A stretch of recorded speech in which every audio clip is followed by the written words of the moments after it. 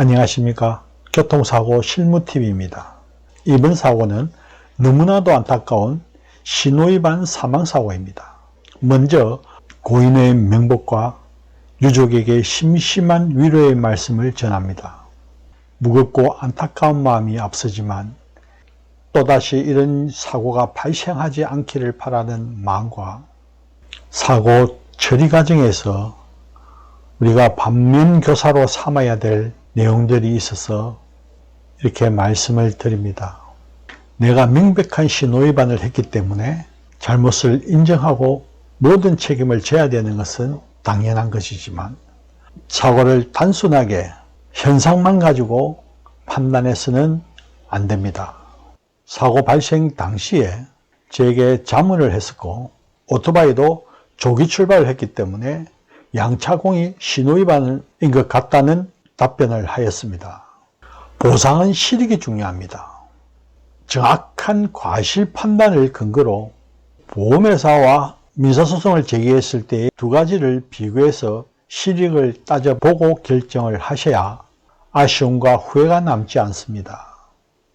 먼저 사고 영상을 한번 보시죠.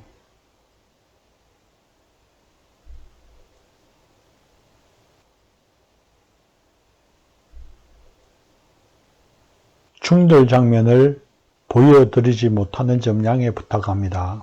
버스는 4차로를 따라 운행을 하다가 황색불로 바뀌었음에도 계속해서 진행하다가 적색으로 바뀌었음에도 정지하지 않고 진행해 가다가 오토바이와 충돌하는 사고가 발생하였습니다. 보통 한쪽이 명백하게 신호위반한 것이 확실할 때 묻지도 따지지도 않고 신호위반한 차량이 100% 과실이라고 단정을 해서는 안 됩니다. 교통사고는 항상 상대적입니다.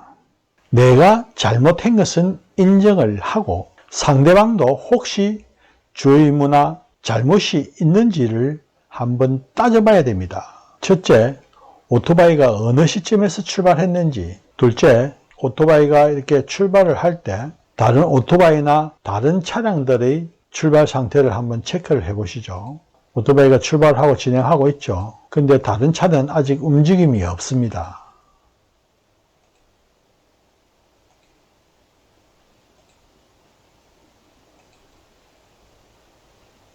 이런 내용들을 근거로 분석하는 방법에 대해서 말씀드리도록 하겠습니다. 진행사항은 동영상과 경찰 조사 결과 버스의 명백한 신호위반으로 조사되었습니다. 그러나 영상을 분석해 본 결과 오토바이도 조기 출발, 신호위반했다는 것이 확인이 되어 주장을 하였습니다. 그 근거는 오토바이와 같이 신호 대기하던 다른 오토바이와 차량들은 출발하지 않고 정지 상태를 유지를 하고 있습니다. 오토바이가 출발할 때 좌우를 살피지 않고 급출발을 합니다. 이런 이유 등을 근거로 오토바이도 조기 출발 신호위반임을 주장을 하였습니다마는 경찰이나 보상절충 과정에서 배제가 된 상태입니다. 소송은 증거를 가지고 상대 과실에 대해 합리적으로 입증하여 치열한 다툼을 할 수밖에 없습니다. 그러므로 원고 측 대리인이나 피고 측 관련자나 먼저 사고를 면밀히 분석하여 과실 유무와 과실률에 대한 정확한 판단을 하는 과정을 관과해서는 오류를 범할 수 있습니다. 신호위반에 대해서 문제제기와 과실 적용을 하지 않은 상태에서 보상 합의가 결렬이 되고 유족 측에서 손해배상 청구 소송을 제기를 하였습니다. 과실은 범위가 넓기 때문에 전문가들에게 자문을 하는 등 정확한 과실 판단이 우선돼야 됩니다. 과실은 면밀한 사고 분석을 통해서 객관적이고 합리적인 증거가 확보되는 것이 중요합니다. 이를 근거로 보상과 배상 실익을 따져보고 신중하게 결정해야 후회와 아쉬움이 남지 않을 수 있습니다. 이 사고의 정점은 오토바이의 신호위반을 입증을 해야 됩니다. 그 입증은 합리적인 증거가 돼야 되고 거리, 속도, 시간에 근거한 분석입니다. 오토바이의 위치 및 상황별로 사고 발생 개연성이 있는지 분석이 필요합니다. 먼저 오토바이의 이동 거리를 실측을 하고 이 이동 거리에 따른 속도 및 이동 시간을 분석을 해야 됩니다. 오토바이가 정차 지점에서 정상 신호를 보고 출발했다면 과연 사고가 발생할 수 있었는지를 분석을 해봐야 됩니다. 또 오토바이가 정지선에서 출발했을 경우 사고 발생 개연성이 있는지가 쟁점이 될 수 있습니다. 동영상을 면밀하게 분석하기 위해서는 캡처를 해봤습니다. 이 장면은 충돌 약 2.25초 전 상황입니다. 이때 오토바이가 정지선 9.2m 지난 지점에서 정지하고 있는 상태고 신호가 녹색으로 변경되기 약 0.63초 전입니다. 버스 신호는 황색 신호입니다. 충돌 약 2.13초 전에 버스 신호는 황색 불이었고 오토바이 신호는 적색인 상황에서 출발하기 시작합니다. 이때 버스는 충돌 지점 36m 후반 정지선 13.1m에 위치하였습니다. 충돌 2초 전에는 오토바이 신호가 녹색으로 변경되기 0.38초 전입니다. 오토바이 신호가 녹색으로 변경되기 0.25초 전에 오토바이는 조기 출발하여 진행하고 있는 상태입니다. 녹색 신호로 변경되기 0.13초 전에 이미 오토바이는 진행하고 있는 상태입니다. 충돌 약 1.63초 전에 비로소 오토바이 신호가 녹색으로 변경되고 이때 오토바이가 이미 조기 출발하여 바퀴 하나만큼 진입을 한 상태입니다. 통상 인지 반응 시간 1초를 감안할 때 녹색 신호를 보고 출발했다면 충돌 지점까지 3.2초가 걸립니다. 오토바이가 좌우 확인하지 않고 진행을 하고 있습니다. 이때 다른 차들이나 오토바이는 전혀 움직임이 없습니다. 충돌 1.38초 전에 버스가 정지선을 통과합니다. 사고 현장 약도입니다.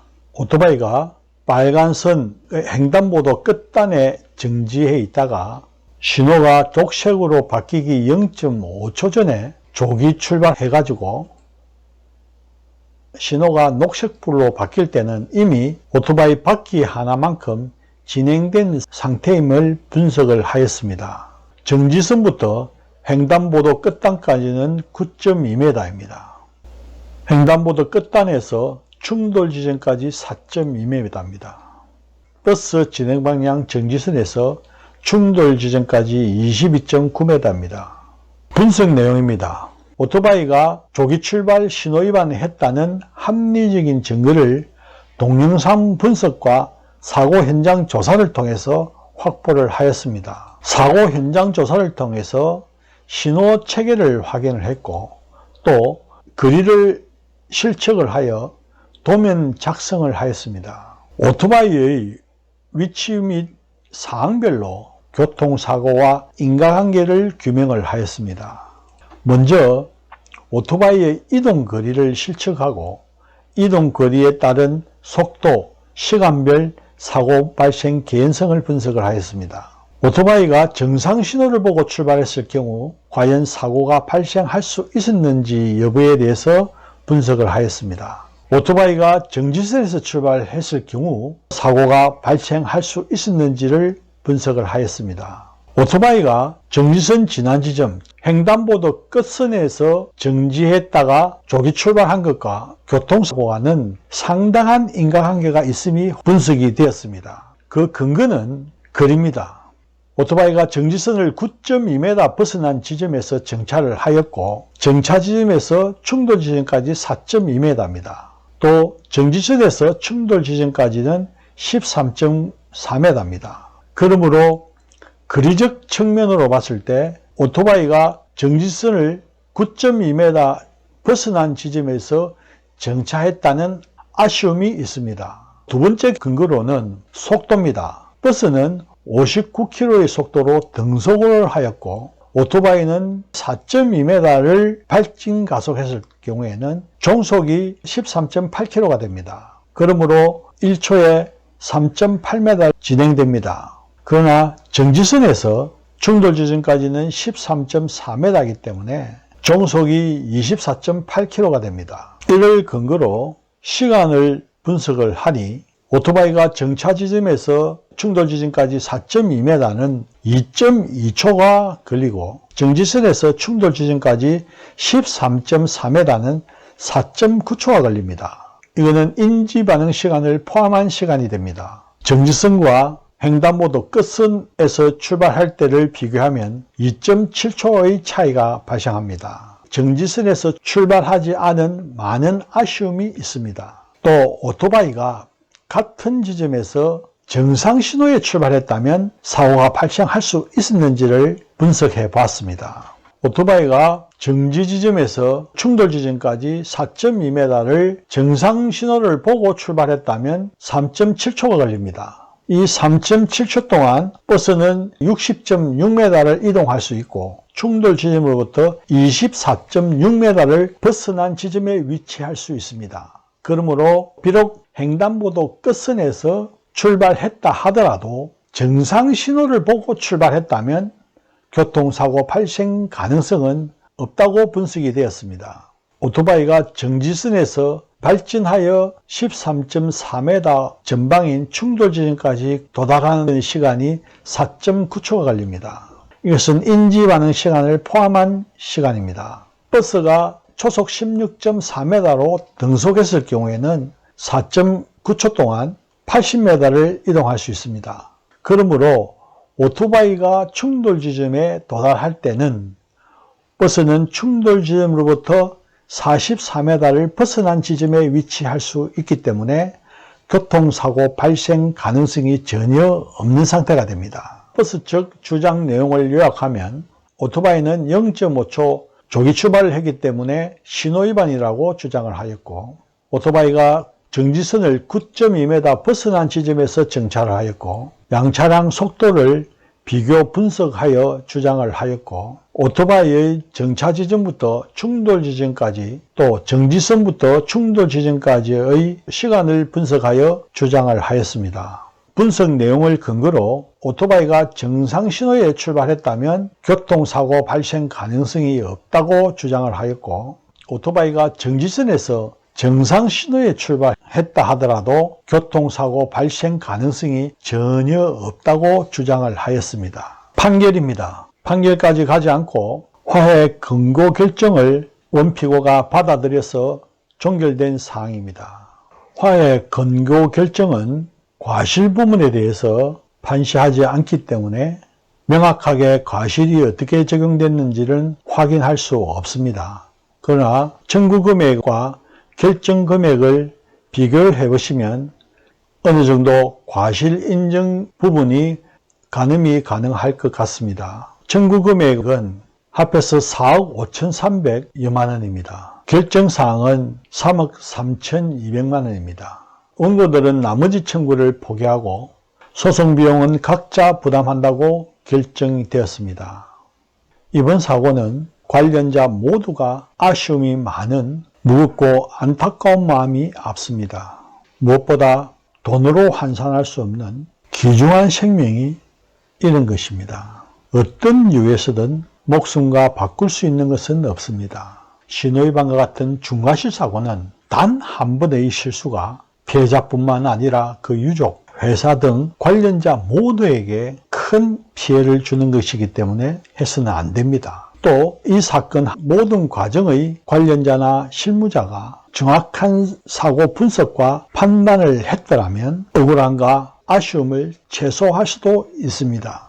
이 사건의 모든 과정들이 반면교사가 되었으면 하는 바람입니다. 시청해 주셔서 감사합니다.